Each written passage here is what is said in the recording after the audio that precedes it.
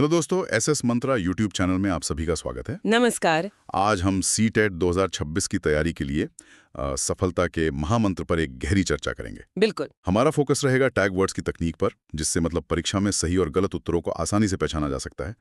हमारा लक्ष्य है आपको 100% पास होने की गारंटी देना। बिल्कुल। और इस पूरी चर्चा का आधार है शिवांश मिश्रा सर द्वारा तैयार की गई शिक्षण रणनीति। हम कदम दर कदम ये समझेंगे कि परीक्षा में सवालों को किस मानसिकता के साथ हल करना है। चलिए, तो सबसे पहले उस मूल मंत्र से शुरू करते हैं जिस पर पूरी शिक्षा प्रणाली टिकी है। बच्चा ही भगवान है। इसका मतलब यह है कि शिक्षा का जो केंद्र है वो हमेशा बच्चा होना चाहिए। हाँ, और इसमें 3 बहुत जरूरी बातें हैं। पहली तो ये कि सिस्टम बच्चे के लिए है, बच्चा सिस्टम के लिए नहीं है। सही बात है। मतलब शिक्षा व्यवस्था को बच्चे की जरूरतों के हिसाब से ढलना होगा। हम कभी भी बच्चे में कमी नहीं निकालेंगे, ये हमेशा सिस्टम की असफलता मानी जाएगी। और तीसरा है शिक्षक का रोल। शिक्षक अब एक सुगम करता है, फैसिलिटेटर है। कोई तानाशाह नहीं, बल्कि एक सहायक जो बच्चे को सीखने में मदद करता है। जैसा कि शिवांश मिश्रा सर ने बताया, ये एक फाउंडेशनल सोच है। अगर ये मानसिकता सही है तो पेडागोजी के हर सवाल का जवाब देना मतलब बहुत आसान हो जाता है। बिल्कुल। तो अब बात करते हैं पॉजिटिव टैग वर्ड्स की। ये वो शब्द हैं जो आपको सही उत्तर की तरफ ले जाएंगे। हाँ, इन्हें 3 भागों में समझ सकते हैं। बिल्कुल। तो पहला भाग है बच्चे का स्वभाव। इसमें पहला शब्द है सक्रिय, एक्टिव। हाँ, बच्चा एक नन्हा वैज्ञानिक होता है। उसे हमेशा सक्रिय रखना है, पैसिव नहीं। दूसरा शब्द है जिज्ञासु, मतलब क्यूरियस। बच्चे में खोजबीन की एक नेचुरल प्रवृत्ति होती है। हमें उसे बढ़ावा देना है, दबाना नहीं है। और तीसरा रचनात्मक, क्रिएटिव। बच्चा ज्ञान का निर्माण खुद करता है, वो सिर्फ ज्ञान लेता नहीं है। बिल्कुल। और इसी से जुड़ा है ये विश्वास कि हर बच्चे में सीखने की क्षमता जन्मजात होती है। सही कहा। अब सीखने के तरीके पर आते हैं, जो हमारा दूसरा भाग है। इसमें सबसे जरूरी है करके सीखना, मतलब लर्निंग बाय डूइंग। बच्चों को हस्तपरक अनुभव देना, हैंड्स ऑन एक्सपीरियंस, ये सबसे ज्यादा जरूरी है। और दूसरा है अवसर, अपॉर्चुनिटी।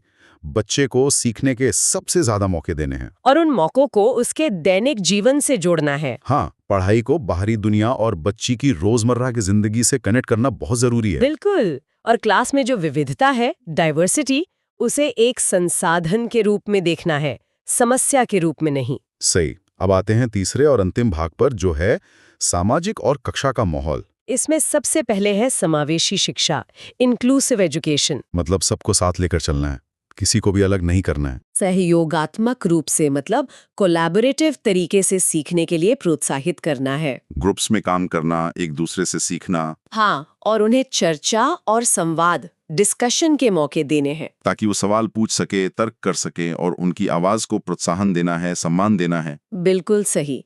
तो ये तो हो गए पॉजिटिव वर्ड्स। अब उन शब्दों की बात करते हैं जो लगभग हमेशा गलत उत्तर की निशानी होते हैं। ये है नेगेटिव टैग वर्ड्स। इसमें पहली श्रेणी है सख्त मना है। और इसमें सबसे बड़ा नेगेटिव वर्ड है केवल, मात्र, ही या सिर्फ, ओनली। हाँ, ये विकल्पों को बहुत ज्यादा सीमित कर देता है। जहां भी ये शब्द दिखे, सावधान हो जाना है। अगला है रटना या कंठस्थ करना। याद करना या स्मरण करना सीखने का सही तरीका बिल्कुल नहीं है।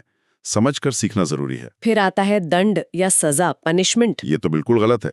बच्चे को किसी भी तरह का शारीरिक या मानसिक भय देना, ये पूरी तरह से गलत है। और ठीक वैसे ही बच्चे को निष्क्रिय रखना, पैसिव रखना, ये भी एक नेगेटिव साइन है। बच्चे को मूक दर्शक नहीं बनाना है। ये तो वो बातें हुई जो सीधे तौर पर गलत है। अब पुरानी और गलत सोच से जुड़े शब्दों को समझते हैं। बिल्कुल। दूसरी श्रेणी, इसमें पहला है शिक्षक केंद्रित, टीचर सेंटर्ड। हाँ, शिक्षक को तानाशाह नहीं बनना है। शिक्षा हमेशा बाल केंद्रित होनी चाहिए। और इसी तरह पाठ्य पुस्तक केंद्रित, टेक्स्ट बुक सेंटर्ड। किताब ही सब कुछ नहीं है, ज्ञान बाहरी दुनिया में भी है। व्याख्यान विधि, लेक्चर मेथड, ये भी एक नेगेटिव टैग वर्ड है। हाँ, ये बच्चों के लिए एक बहुत ही बोरिंग तरीका है। वन वे कम्युनिकेशन होता है इसमें। और बच्चों को तकनीकी शब्दावली, टेक्निकल जार्गन से डराना भी नहीं है। बिल्कुल। और अंत में भेदभाव और दबाव से जुड़े नेगेटिव टैग वर्ड्स, जैसे कि तुलना, कंपैरिजन। बच्चों के बीच रेस नहीं करानी है। और उन्हें वर्गीकरण या लेबल करना भी गलत है। होशियार या कमजोर में बांटना नहीं है। रैंकिंग और ग्रेड पर बहुत ज्यादा जोर देना भी गलत है। हाँ, केवल नंबरों के लिए नहीं पढ़ाना है। और पृथक्करण, सेग्रीगेशन, बच्चों को किसी भी आधार पर अलग थलग नहीं करना है। बिल्कुल। तो इन टैग वर्ड्स के अलावा भी कुछ और महत्वपूर्ण अवधारणाएं हैं जिन्हें समझना बहुत जरूरी है।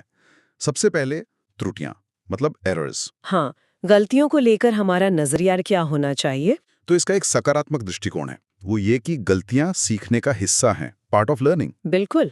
वे हमें अंतर्दृष्टि, इंसाइट देती हैं कि बच्चे कैसे सोचते हैं। और वो निदानात्मक होती हैं, डायग्नोस्टिक, मतलब कमी का पता लगाने में मदद करती हैं। हाँ, और जो नकारात्मक दृष्टिकोण है वो ये है कि गलतियों का मतलब लापरवाही है या कम बुद्धि है। ये सोच गलत है। और गलती होते ही बच्चे को तुरंत टोकना या सुधारना भी गलत है। इसी तरह मूल्यांकन, असेसमेंट को भी सही ढंग से समझना होगा। हाँ, इसमें दो तरह हैं। एक है रचनात्मक, फॉर्मेटिव। ये सही तरीका है। ये पढ़ाई के दौरान होता है, जैसे CCE और पोर्टफोलियो। और दूसरा है योगात्मक, समेटिव। ये गलत तरीका माना जाता है क्योंकि ये सत्र के अंत में होता है और मानकीकृत, मतलब स्टैंडर्डाइज्ड होता है। इसका फोकस सीखने पर कम, जज करने पर ज्यादा होता है। अच्छा, अब चिंतन, थिंकिंग के बारे में भी बात करते हैं। हमें क्या अपनाना है? अब सारी चिंतन यानी डाइवर्जेंट थिंकिंग। हाँ, और साथ में आलोचनात्मक, क्रिटिकल और सृजनात्मक, क्रिएटिव थिंकिंग। और हमें क्या त्यागना है? वो है अभिसारी चिंतन, कन्वर्जेंट थिंकिंग। जिसका मतलब है सिर्फ एक ही सही उत्तर होना। ये सोच को सीमित करता है। और अंत में कॉन्टेक्स्ट और फेयरनेस। हाँ, ज्ञान को हमेशा संदर्भ से जोड़ना, कॉन्टेक्सचुअल रखना सही है।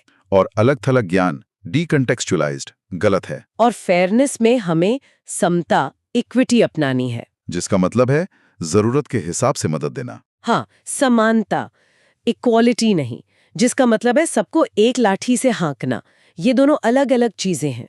तो इन सब टैग वर्ड्स को जानने के बाद अब प्रश्न हल करने का तरीका समझते हैं। वो जादुई तरीका। हाँ, सबसे पहले टैग वर्ड पहचाने और देखें कि प्रश्न में नहीं या हाँ पूछा गया है। ये बहुत जरूरी है। कई बार हम नहीं शब्द को पढ़ना ही भूल जाते हैं। बिल्कुल।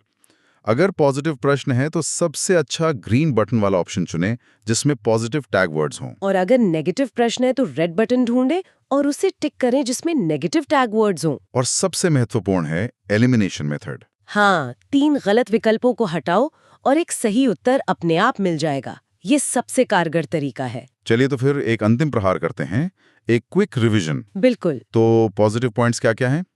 अवसर देना, सक्रिय रखना, अर्थपूर्ण लर्निंग, मातृभाषा को सम्मान देना, बहुभाषिकता, क्षेत्र भ्रमण, हस्तपरक गतिविधियां। प्रोत्साहन देना और कारण का पता लगाना। बहुत बढ़िया।